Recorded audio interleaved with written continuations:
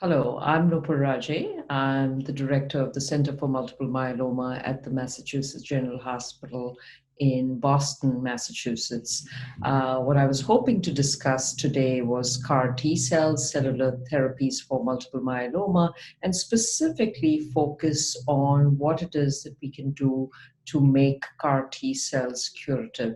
All of you have seen the data which has been presented with CAR T cells. We have great data now, which was presented at both ASCO and EHA. And we have three big trials, one of them, the KarMMa trial using ide-cel or BB2121, which is probably our global effort with CAR T cells, where we had more than 128 patients treated. And if you look at the progression-free survival of all comers, it was approximately 10 and a half months. Now, if you drill down into this data set, what you will note is that folks who achieved a stringent complete response had a progression-free survival of 20 months. Now, I might add that these were very heavily pretreated patients. These are patients who've been exposed to all five drugs, such as both immunomodulatory drugs, lenalidomide, pomalidomide, both proteasome inhibitors, bortezomib and carfilzomib, and a CD38 monoclonal antibody, either isatuximab or daratumumab. So typically, we do know that if you look at this patient population, historically, these patients have a PFS of approximately 3 months. But once you're able to achieve a stringent CR, we can translate this into a PFS of approximately 20 months, which is quite remarkable. Having said that, we're still not seeing a plateauing of the curve with CAR T cells. And the question now is, what is it that we can do to improve the duration of response in patients with CAR T cells?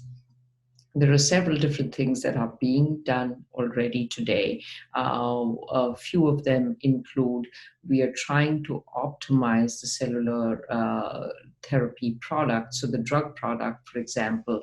And if you look at the J&J CAR T cell product, one of the strategies there is to have a biepitopic binding to the BCMA.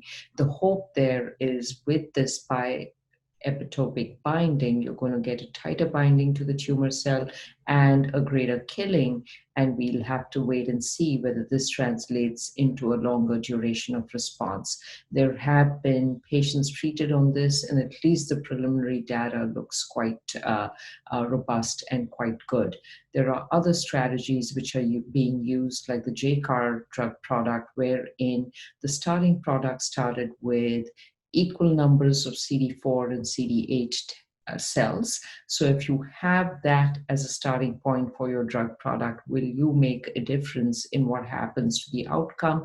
Again, if you look at the overall response rate of patients who get close to 600 million cells, it was 90%, and the disease response there and the duration of responses is quite remarkable in the 61 patients treated so far. Again, we need to wait for longer follow-up. What else can we do in this space to improve response rates and to improve the duration of response?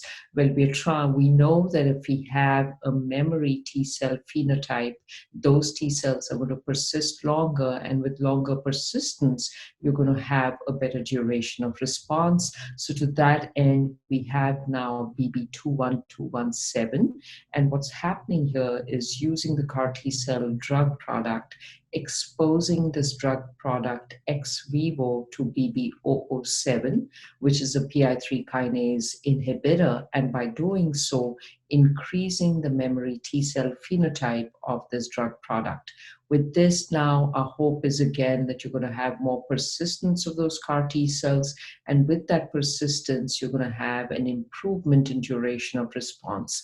So all of these strategies which I've mentioned are with the hope of getting even better with the duration of response.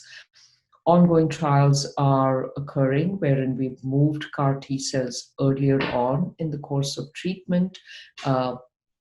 The notion there being the earlier you use these products and not wait until a very relapse refractory state would be the place to use it as a curative platform.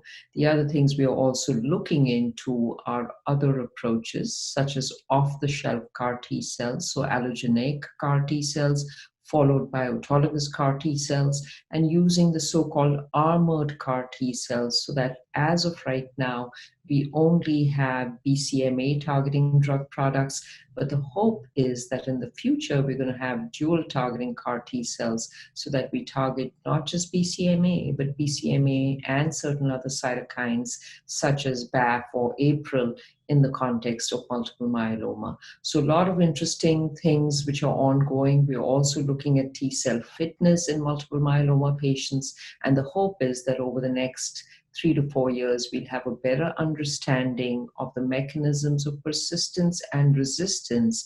And by interfering with these, we're going to come up with a curative platform using cellular products in the context of multiple myeloma.